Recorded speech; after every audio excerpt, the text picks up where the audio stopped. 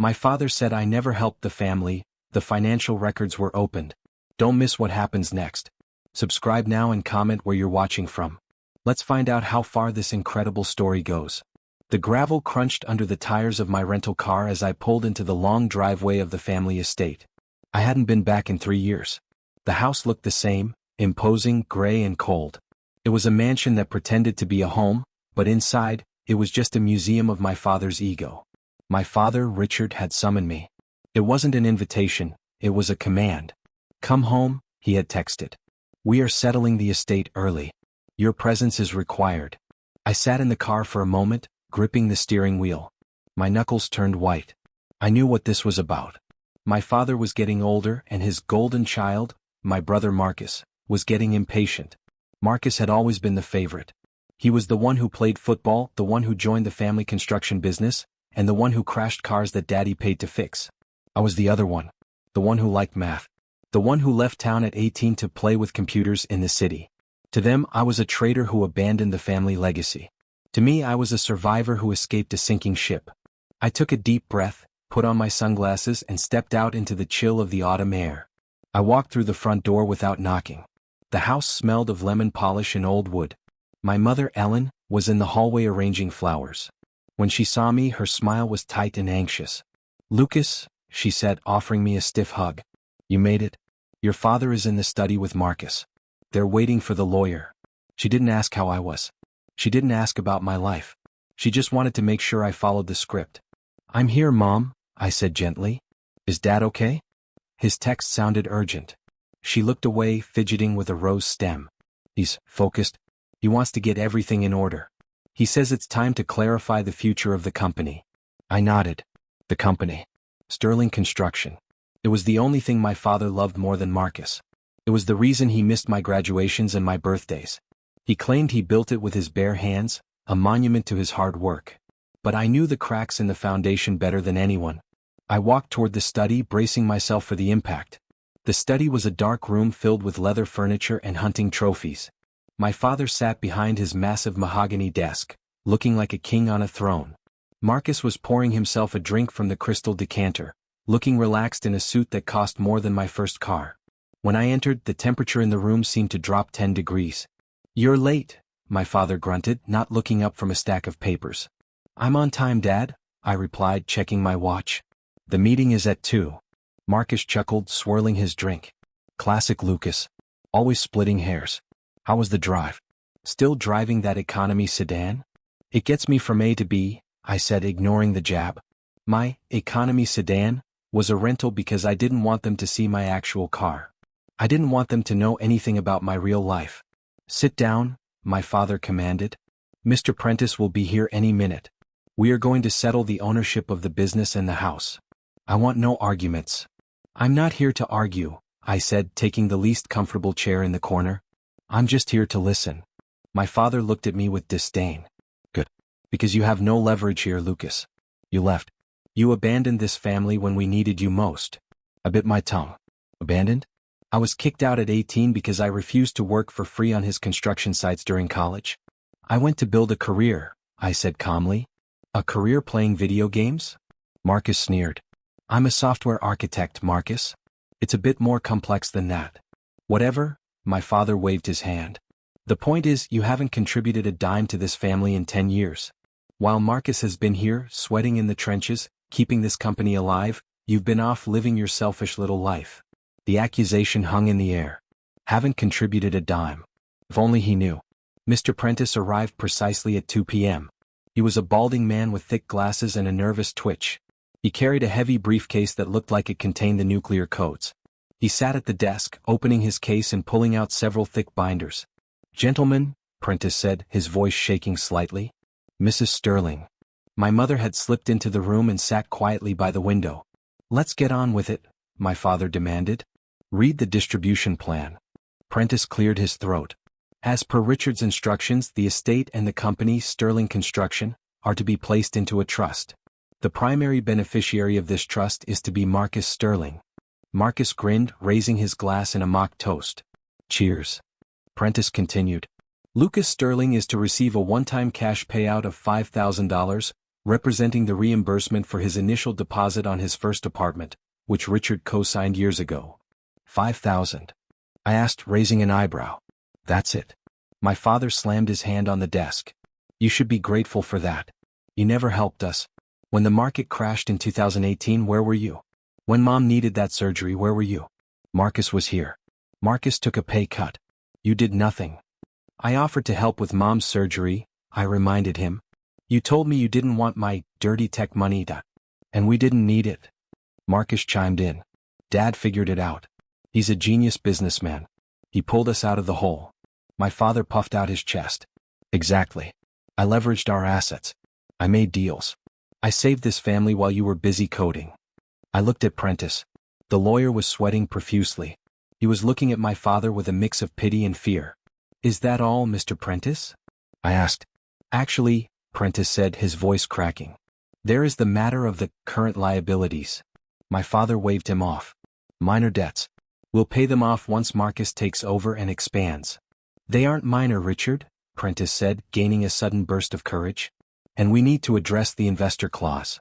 My father froze. We don't talk about that. What investor clause? Marcus asked, confused. Dad, you said you own 100% of the company. My father looked nervous for the first time. I do. Well, technically there is a silent partner. A holding company that injected capital a few years ago. But they are passive. They don't have voting rights. Prentice shook his head. That is incorrect. The agreement states that upon any transfer of ownership, like this trust you are setting up, the silent partner has the right to audit the books and exercise their option to take control. Take control? Marcus shouted. Who are they? We'll buy them out. Prentice opened a blue binder. The holding company is called Aegis Solutions. And according to the records, they hold $2.5 million in debt against Sterling Construction. The room went silent. My mother gasped. 2 million, she whispered. Richard, you said we were debt-free. We are, my father insisted, his face turning red. That debt is, it's just on paper. It was a creative accounting measure to save on taxes. It is real debt, Prentice corrected. And Aegis Solutions has triggered the audit. They sent over the financial records this morning. Prentice pulled out a stack of spreadsheets. And Richard, the records show that you haven't made a profit in 7 years.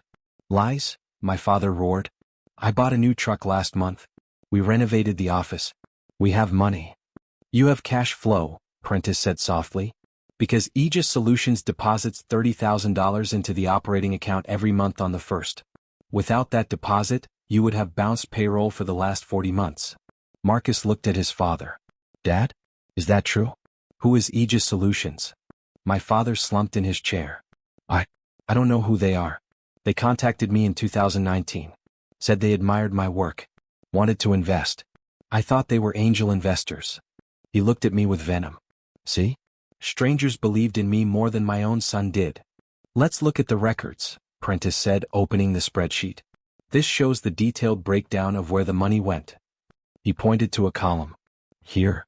Emergency Medical Fund Ellen Sterling. $50,000 paid directly to the hospital in 2020. My mother put her hand to her mouth. That was the surgery, she whispered. Richard, you said insurance covered it. Insurance covered some, my father stammered. I handled the rest. It says here the check came from Aegis Solutions, Prentice said.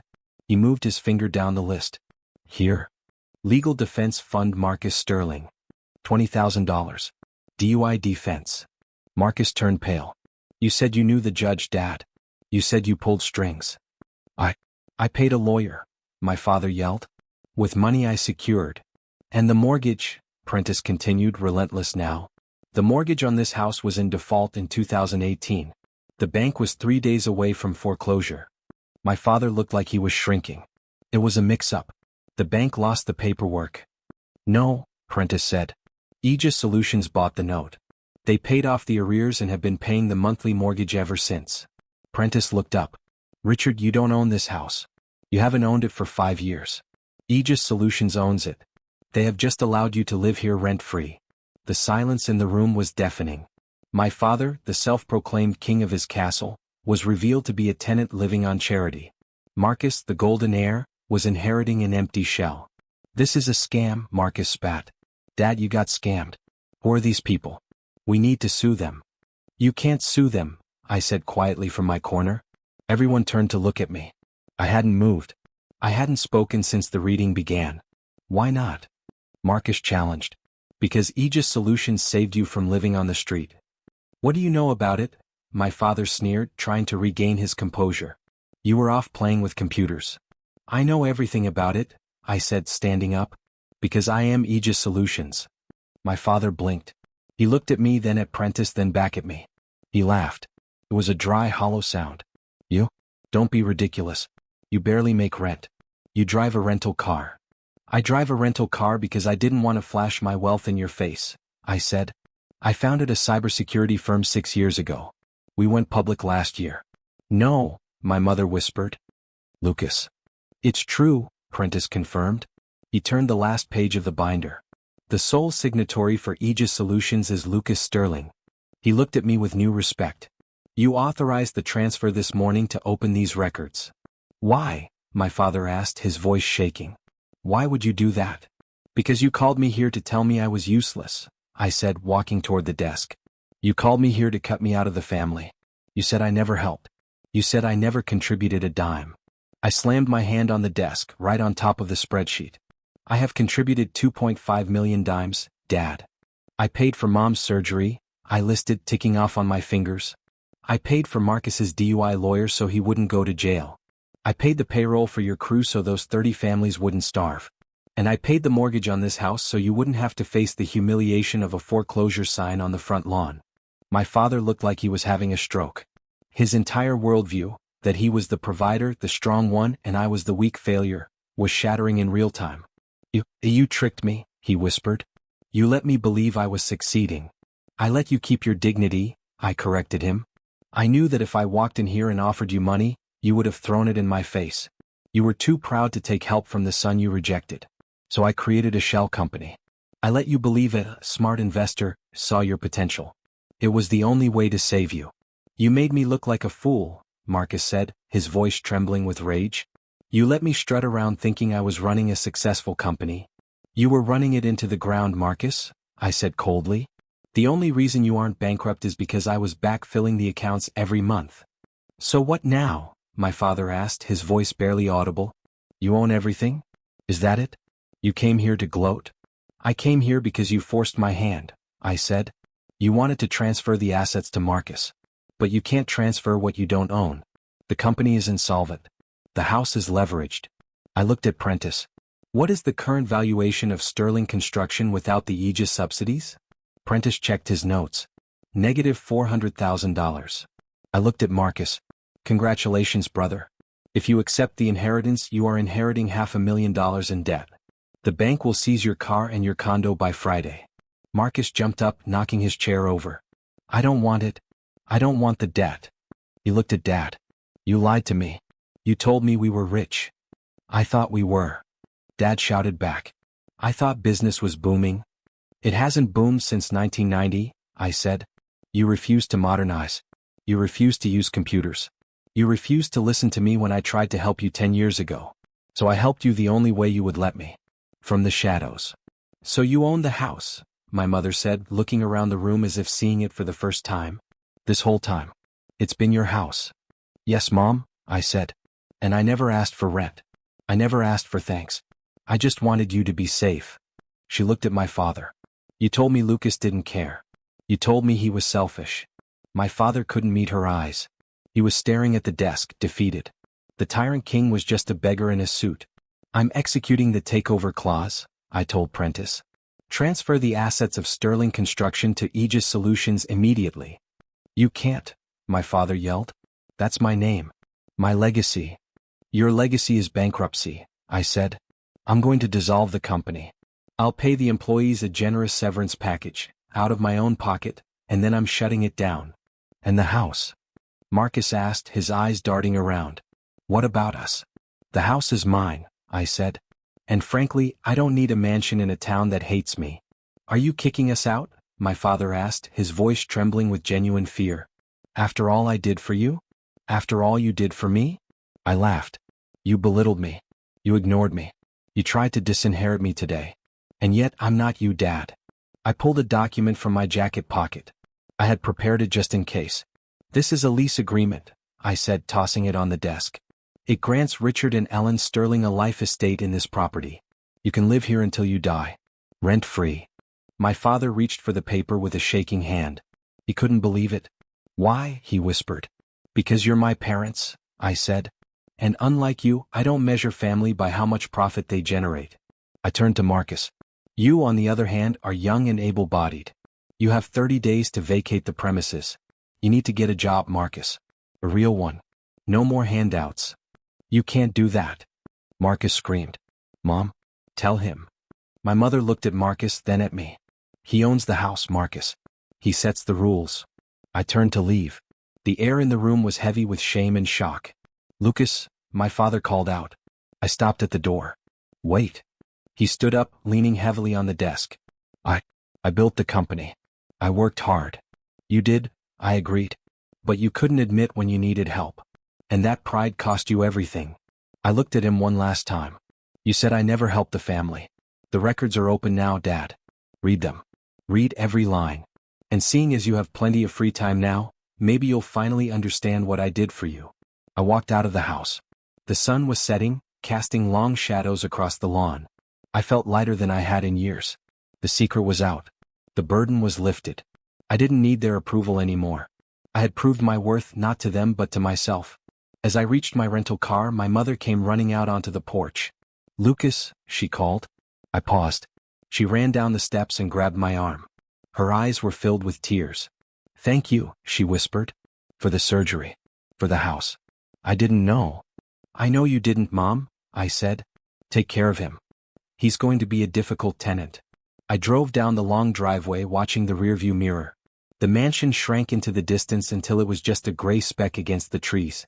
I knew my father would spend the rest of his life looking at those financial records, tracing the lines where I had saved him over and over again. Every check would be a reminder of his failure and my success. I pulled onto the highway and headed back to the city. My phone buzzed. It was a notification from my bank. Transfer complete. Aegis Solutions. I smiled, turned up the radio, and drove toward the horizon. I wasn't the black sheep anymore. I was the shepherd. And the flock was finally safe even if they hated me for it. The drive back to the city was a blur of asphalt and adrenaline. My phone sat in the passenger seat, buzzing incessantly. I didn't need to look to know it was Marcus. He was likely realizing that the corporate credit card, the one he used for client dinners, that were actually nights out with his friends, had been declined. I had frozen all assets of Sterling Construction the moment I left the driveway. It was a cold move but necessary. To stop the bleeding, you have to apply a tourniquet even if it hurts. I finally pulled into the parking garage of my apartment building. A sleek, modern high-rise that looked nothing like the dusty, old-money mansion I had grown up in. I traded the nondescript rental sedan for my actual car, a matte black electric sports car that whispered wealth rather than shouted it. Sitting in the driver's seat, I finally checked my notifications. There were 12 missed calls from Marcus and a voicemail from my mother. But the most important notification was from the Aegis Solutions banking app. Attempted transaction. $5,000 at Luxury Auto Body. Status, declined. Marcus was trying to fix the dent in his truck before I repossessed it. He still didn't understand. The truck wasn't his anymore. It belonged to the liquidation pile. I went up to my penthouse and poured a glass of water, staring out at the city lights. My phone rang again.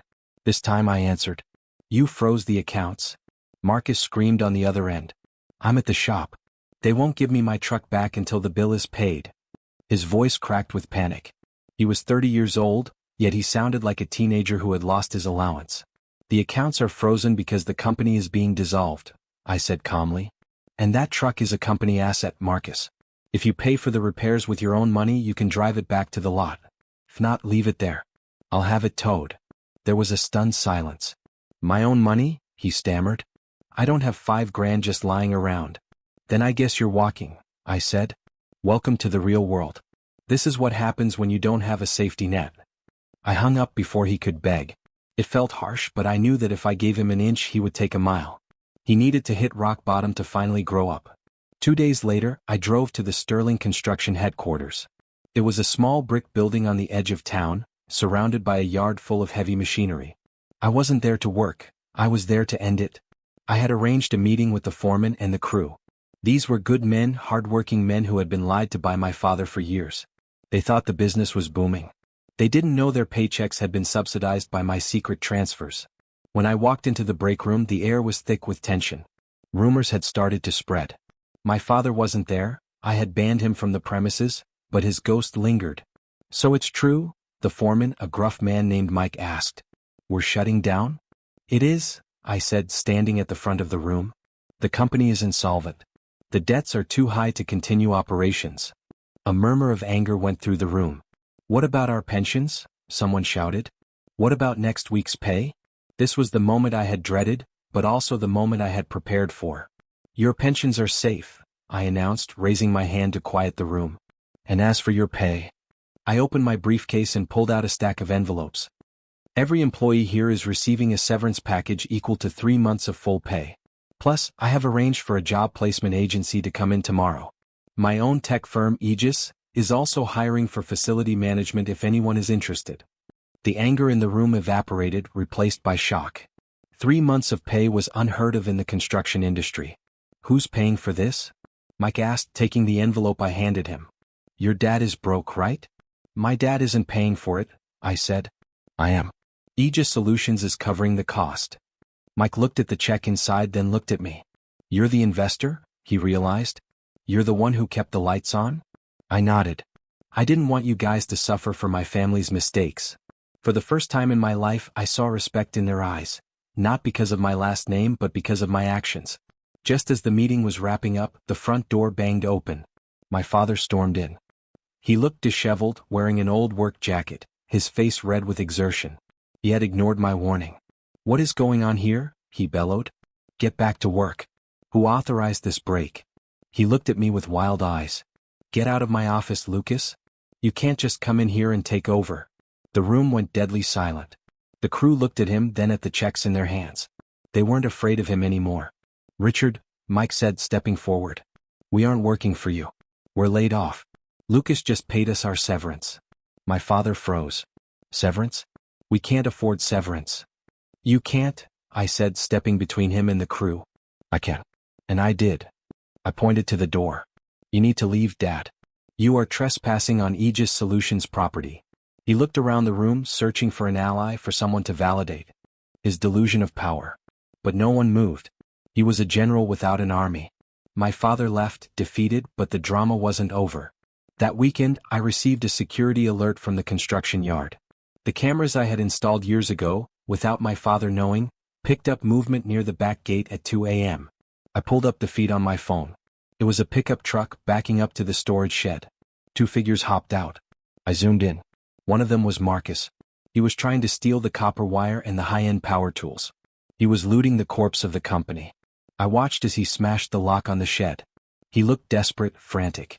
He wasn't the arrogant heir anymore. He was a common thief. I could have called the police right then. I could have sent him to jail for burglary. My finger hovered over the dial 911 button. But then I looked at his face in the grainy footage. He looked terrified. I sighed and dialed a different number, the private security firm that monitored the lot. "Don't arrest him," I told the dispatcher. "Just scare him off. Make sure he knows he was seen." The security guards caught Marcus just as he was loading a generator. They flashed their lights and blared the sirens. Marcus dropped the generator and ran into the woods like a frightened animal. He left his own car behind in his panic. The next morning, I had the car towed to his condo with a note on the windshield. "Strike 2. There isn't a strike 3. Later that day, my mother called. Her voice was quiet, shaky. "He came home last night," she whispered. "Marcus." He was muddy and crying. "He said he almost got arrested." "He almost did," I confirmed. "He tried to rob the yard, Mom." She let out a sob. "I know. He told us. He asked for money to leave town." "Did you give it to him?" I asked. "We don't have any money, Lucas," she reminded me. "Only what you give us for groceries." The reality had finally sunk in. "Good," I said. "Tell him if he wants to leave town, I'll buy him a bus ticket. One way. Anywhere he wants to go. But he has to work for it." A month passed. The company was officially dissolved. The equipment was auctioned off to pay the remaining creditors, and the debts were settled. I made sure my name, and by extension the family name, was clear. I went back to the estate to check on the property. Felt different now. The lawn was mowed, but the flashy cars were gone. The driveway was empty except for my parents' old sedan. I walked inside. The house was quiet. My father was sitting in the living room watching TV. He looked smaller, deflated. The bluster was gone. He didn't yell when he saw me. He just nodded. "The roof is leaking in the guest room," he said. It wasn't a demand, it was a report to the landlord. "I'll have a contractor come look at it," I said. "Not one of your old crew. Someone new." He flinched slightly but didn't argue. He knew he had no say. He was living in my house, watching my TV, eating food bought with my money. The power dynamic had shifted permanently. I went into the study, my father's old sanctuary. It was mostly empty now. He had packed away his trophies and his awards. The desk was clear except for one thing, the binder Mr. Prentice had left. The financial records of Aegis Solutions. The pages were dog-eared and worn. My father had been reading them. Over and over again. I opened the binder. On the margin of the page detailing the mortgage payments I had made, he had written a single word in pencil. Why? It wasn't anger. It was genuine confusion. He couldn't understand why the son he had rejected would save him. He couldn't wrap his head around mercy without strings attached. I took a pen from my pocket and wrote the answer right next to his question, because someone had to be the adult. I left the binder there, open. You would see it.